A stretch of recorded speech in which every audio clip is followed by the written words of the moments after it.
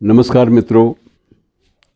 कभी कभी मन उदास भी होता है और कभी कभी उसके विपरीत मन हंसने को भी करता है। और ये हंसी किस पे आती है? अपने आप पर। आईने में देखकर अपने आप पर हंसना एक विचित्र अनुभव है, लेकिन ये हकीकत है। अपने आप पर हंसी आती है कि हम लोग किस तरह के एक बीमार समाज का हिस्सा बनते जा रहे हैं। मैं बड़ी गंभीरता से आपसे आज एक बात कर रहा हूँ, क्योंकि आप महसूस नहीं करते कि हमारे आसपास का समाज, हमारा पूरा परिवेश, हमारी अपनी दुनिया जिसे हम बोलते हैं, बिल्कुल बीमार पड़ती जा रही है। चलिए, कैसे बीमारी है इसको ज़रा पहचानें। वाचनालय, जिन्हें आप रीडिंग रूम कहते थे, देश भर में कमोबेश बंद हो चुके हैं। पुस्तकालय, जहाँ कहीं कभी कभी शोधार्थियों की और अन्य लोगों की भीड़ रहती थी, और कई बार मैंने वो समय भी देखा है, कई बार ऐसा भी होता था जब लाइब्रेरीज़ के बाहर एक छोटा सा क्यू भी नज़र आता था। अपनी बारी की प्रतीक्षा करते थे लोग, लेकिन अब लाइब्रेरीज़ में एंट्री तक नहीं होती। प्रवेश जो है वो वर्जित ना होने के बावजूद वहाँ कोई जाना नहीं चाहता। जाना कौन चाहते हैं? सिर्फ दो वर्गों के लोग। एक वो बच्चे जो वहाँ के एटमॉस्फेयर में बैठकर ये बेहतर समझते हैं कि अपनी साइंस की, अपने विषय की स्टडी वहाँ शांत माहौल में कर ली जाए। बाहर शोर है, अंदर कम से कम माहौल जो है वो शांत है। सारी जगह जो है वो साउंड प्रूफ है। वहाँ सिर्फ बुदबुदाने और फुसफुसाने या कुछ ऐसी जो छोटी छोटी बातें कानों में करने वाली बात होती, वो भले ही हो उतनी सी आवाज़ में, लेकिन बाकी किसी बड़े स्वर पर किसी किस्म का शोर वहाँ सुनाई नहीं देता। इसलिए बच्चे सिर्फ वहाँ बैठकर अपने कोर्सेज़ की किताबें, अपने पाठ्यक्रम की किताबें जो वो साथ लेकर आते हैं, वहाँ बैठकर वो अपने नोट्स बना लेते हैं। वहाँ कोई डिस्टर्बेंस नहीं होती, सिर्फ ये सोचकर। लेकिन अलमारियों में जो कैद किताबें हैं वो बकौल गुलजार झांकती हैं, किताबें झांकती हैं बंद अलमारी के शीशों से, और बहुत बेचैन लगती हैं किताबें। वाकई बेचैन लगती हैं आपको कि कोई उन्हें तलाशता भी नहीं, कोई उन्हें छूता भी नहीं। ये कितनी बड़ी एक गंभीर बीमारी है कि हम किताबों को छूना भी नहीं चाहते। लाइब्रेरीज़ में कहीं एंट्री एक पाठक के रूप में या किताब जारी करवाने वाले के रूप में एंट्रीज़ इतनी कम हो गई हैं, आप अनुमान नहीं लगा सकते मित्रों। जहाँ पहले 100% का ज़माना था, फिर 90% हुई, और अब लगभग 2 या 3% तक वो संख्या घट चुकी है जो लोग बड़े चाव से किताबें जारी करवाने के लिए या किताबें पढ़ने के बाद लौटाने के लिए आते थे। गौरैया, चिड़िया गायब। जुगनू सिर्फ किताबों में और नज़मों में पढ़ा था या किताबों में ज़िक्र सुना है। बाकी जुगनू मैं अपने किसी बच्चे को, किसी पोते को या अपने बच्चे को या किसी भी घर के आसपास के किसी अबोध बालक को जुगनू की शक्ल दिखाना चाहूँ तो वो मैं नहीं दिखा पाऊँगा। जुगनू भाग चुके हैं, जा चुके हैं नहीं, नज़र नहीं आते।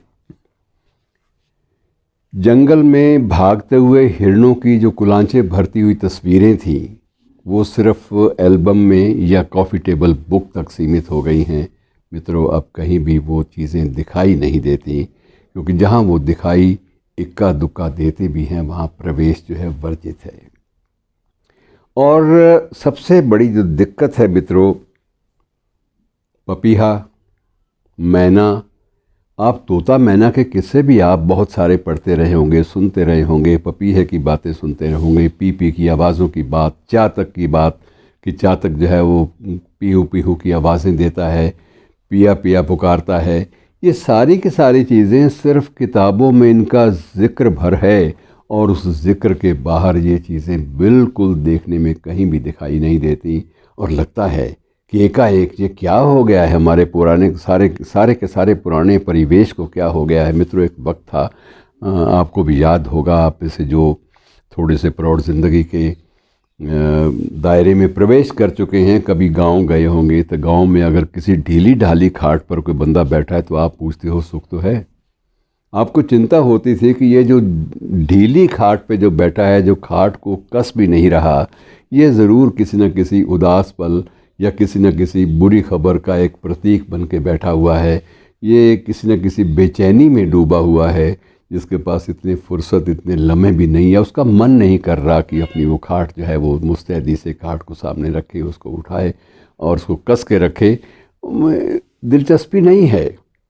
ये सारी की सारी चीज़ें एकाएक जब गायब नज़र आती हैं, और जब आप ये अंदाज़ा लगाइए कि आप कोई प्रिस्क्रिप्शन पढ़ते हैं डॉक्टर का लिखा हुआ, आप जानना चाहते हैं दवाई कौन सी लेनी है, तो डॉक्टर की प्रिस्क्रिप्शन आप पढ़ नहीं सकते, क्योंकि डॉक्टर को अच्छा लिखना बिल्कुल आता नहीं है। उसके प्रशिक्षण में ये बात शामिल नहीं है। स्टेथोस्कोप शामिल है, बीपी ऑपरेटर्स को चेक करना शामिल है, लेकिन पल्स रीडिंग, नब्ज़ को देखना, नब्ज़ को देख के आप कहते हैं वो आने वाले वक्त की हम नब्ज़ पहचान लेते हैं। वो वक्त के जो पुराने मुहावरे थे नब्ज़ देखकर सारी चीज़ों को तय करने के, वो सारी की सारी चीज़ें मित्रों एकाएक गायब हो गई हैं।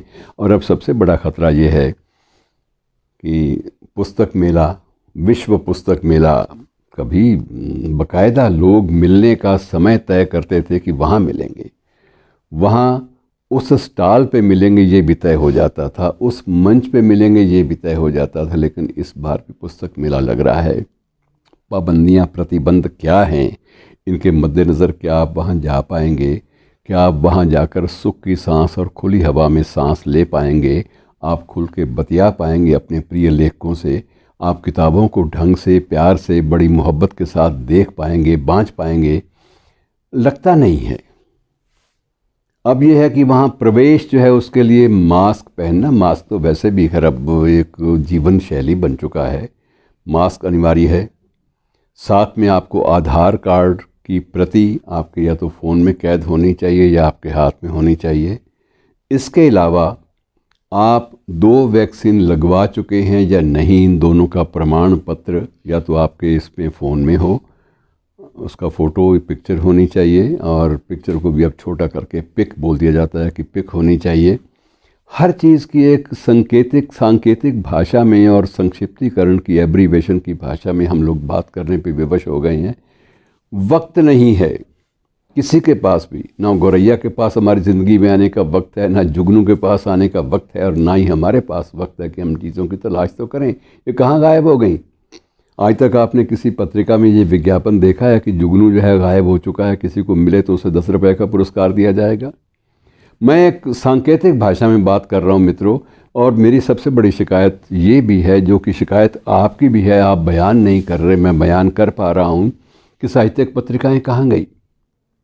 हम जब भी साहित्यिक पत्रकारिता की बात करते हैं, धर्मयुग, सारिका, नई कहानियाँ, चंदा मामा, इनसे आगे बढ़ने की बातें जो है वो हमारे पास होती नहीं हैं, और ये चीज़ें भी बिल्कुल गायब हो चुकी हैं। कोई साहित्यिक पत्रकारिता जो है वो पूरी तरह से किसी हाशिए पर सरक चुकी है, नीचे कसमसा रही होगी, दुखी हो रही होगी या दम तोड़ चुकी होगी।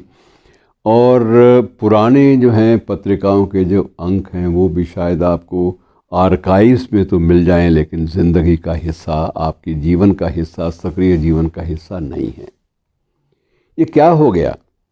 कई बार ऐसे हालात में ये संकट सामने आता है, कहीं हम लोग, हमारा सामाजिक परिवेश, हम सब लोग, हमारा साहित्यिक परिवेश, ये कहीं बीमार तो नहीं पड़ गया? आप कहते थे कि हमारे वक्त में मुशायरे होते थे जी, रात को आधी रात तक चलते थे, 2-2, 3-3 बजे तक, और सुबह लोग लौटते थे। आप ये भी कहते थे कि ये वो कवि जो हैं बात तरन्नुम जब वो पढ़ते थे नज़्म या गज़ल, तो उसके बाद एक ऐसा समा बन जाता था कि लोग जादू की तरह से, एक जादुई प्रभाव के तहत लोग हिलते नहीं थे। आप ये भी तब कहते थे कि फ़लाँ कवि, अगर ये 2-3 कवि आ जाएं तो आपके मुशायरे में जान पड़ जाएगी, और उसके बाद ये गारंटी है कि कोई भी श्रोता या कोई भी दर्शक वहाँ से हिल नहीं पाएगा। ये सारी की सारी बातें अनायास पिछले कुछ वर्षों से पूरी तरह से साफ हो गई हैं, और ज़िंदगी जो है किस कदर बदल चुकी है, इस बात का एहसास मित्रों तकलीफ़ भी देता है, बेचैन भी करता है, और ये वाकई संदेह होता है कि कहीं हम वाकई बीमार तो नहीं पड़ गए। शुक्रिया।